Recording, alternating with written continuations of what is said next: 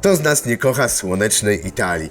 Piękna pogoda, no i te cudowne jedzenie, pizze, sałatki, antipasti czy makarony. Ja też ją pokochałem i nawet ją rozgryzłem. Pokażę wam dzisiaj mój ulubiony przepis na włoskie ravioli faszerowane gotowanym kurczakiem podane w sosie grzybowym. A partnerem mojego odcinka jest kurczak z Górnej Półki. Ciasto na moje pierożki przygotowuje się dokładnie tak samo jak ciasto na makaron. Ja użyję tutaj przesianej mąki pszennej. Niektórzy do makaronów używają mąki zero, ale ona jest trudno dostępna, więc lepiej dopracować idealną recepturę z tej mąki, którą zawsze mamy pod ręką. Najważniejsza oczywiście w cieście jest proporcja. Moja ulubiona, chyba najbardziej popularna na całym świecie, to na 100 gramów mąki jedno jajko oraz odrobina oliwy. Jajka już tu są w środku i jeszcze brakuje mi oliwy. A jeżeli byście chcieli dokładne proporcje na to ciasto, a także wiele innych, to wbijajcie na naszego bloga Gotuję z Lewiatanem, gdzie znajdziecie mnóstwo fajnych receptur. I jeszcze odrobina soli. Oprócz tego, że solicie wodę, pamiętajcie, że ciasto też na makaron trzeba trochę posolić. No i mogę zabrać się za zagniatanie. I tutaj to już trzeba mieć po prostu doświadczenie, żeby wyczuć, kiedy ciasto jest dobre. Ale pamiętajcie, że nigdy nie wolno się z ciastem spieszyć. Raczej trzeba się z nim pieścić, trzeba być delikatnym, a wtedy ciasto odda wam to. Będzie przepyszne po ugotowaniu. Ważne też, żeby jajko było w temperaturze pokojowej, wtedy zupełnie inaczej ciasto się zagniata. Wiem po swoich znajomych, że często już w tym momencie odpuszczają zagniatanie, no bo w końcu jest ładna, jednolita kulka, ale zobaczcie, jak ją przerwę, to ciasto wcale nie jest dobrze zagniecione.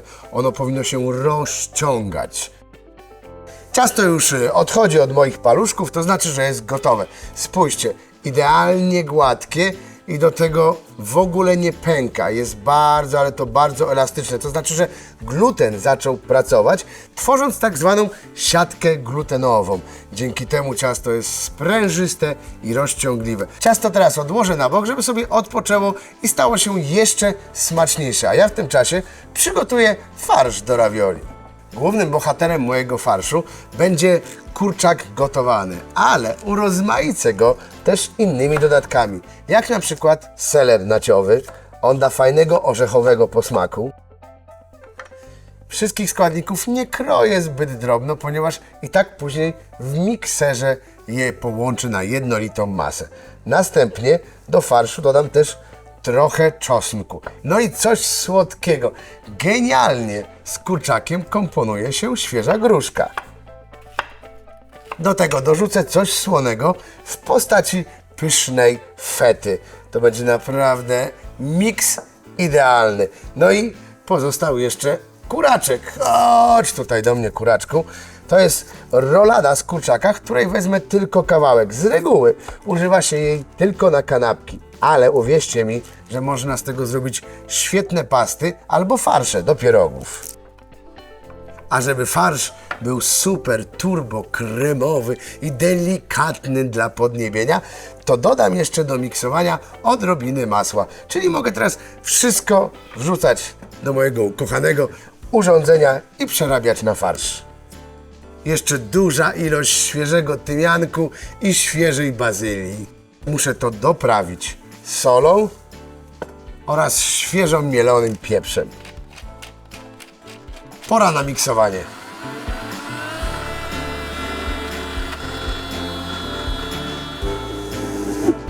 Gotowy farsz przełożę teraz do szprycy, żeby wygodniej mi później było to nakładać na każdego pierożka.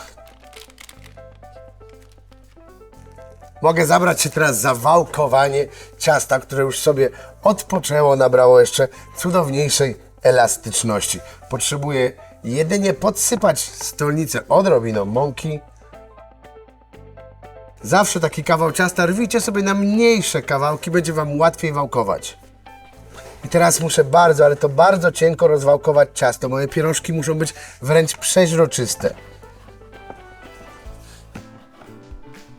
Ciasto jest cienkie, sprężyste i praktycznie przeźroczyste, czyli idealne, aby już zacząć składać pierożki. I teraz bardzo ważne, że jak chcecie zrobić szybko takie właśnie ravioli, to ciasto najlepiej, żeby było dużym prostokątem. Na połowie rozkładacie farsz, a drugą połową przykrywacie.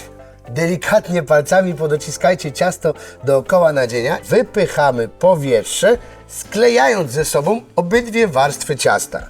Ja teraz do wykrajania mam takie to oto stempelki. Można bez problemu kupić je w internecie. Widzicie? Patrzcie, dociskam i po chwili mam przepiękny, malutki pierożek. No i gotowe. W garnku przygotowałem sobie już wrzącą wodę, ale chciałbym, żebyście jeszcze zwrócili uwagę, jak te ravioli, jak te poduszeczki prześlicznie wyglądają. Zobaczcie, one są malutkie i pełne tego drobiowego farszu. Po ugotowaniu to ciasto dzięki dużej ilości żółtek stanie się pięknie żółte. Bardzo ważne, pierożki, podobnie jak i makaron, zawsze wrzucamy na jak największą ilość wody. One się nie mogą skleić, one mają się odbijać od siebie w tym garnku i swobodnie gotować. Pierożki już mam ugotowane, czyli mogę zająć się przygotowywaniem sosu, ale bardzo ważne, żeby te pierogi odrobinę skropić oliwą z oliwek. Chodzi o to, żeby one w trakcie czekania się nie posklejały ze sobą, żeby się za bardzo nie zaprzyjaźniły, tylko sobie swobodnie odpoczywały. Biorę się za sos. Najlepszy tutaj będzie sos grzybowy, a żeby smakował on przez cały rok tak samo, to przygotuję go na suszonych podgrzybkach i prawdziwkach, które wcześniej na noc zalałem ciepłą wodą. Ale zanim przejdę do grzybów, to przygotuję sobie jeszcze cebulę, którą posiekam w drobne piórka. Nie może się też obejść bez czosnku. Najpierw zmiażdżę, a dopiero później posiekam na małe kawałeczki. Następnie zabiorę się za posiekanie tych suszonych grzybów. Słuchajcie, ja tu mam prawdziwki i podgrzybki. Oczywiście możecie użyć innych suszonych grzybów lub jeżeli jest sezon, no to świeżych będą też bardzo intensywne. Ale ja chciałem Wam pokazać patent po prostu na sos, który przez cały rok sprawdza się tak samo. I teraz część grzybów siekam bardzo drobno, a część zostawiam w całych kawałkach. Będą przepięknie wyglądały później w daniu. Wodę oczywiście też zostawiam, bo przyda mi się do sosu. Mogę się przenieść na patelnię i powoli zacząć pitrasić.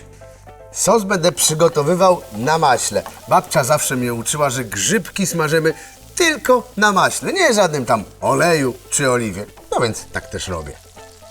Najpierw cebula i czekam, aż się chwilę zeszkli.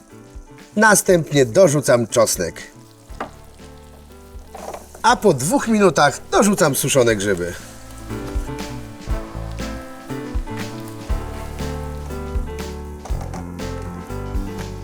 Dodam jeszcze odrobinę świeżego, mega aromatycznego rozmarynu, który świetnie tutaj do sosu odda ten smak lasu, który łączy się z grzybami.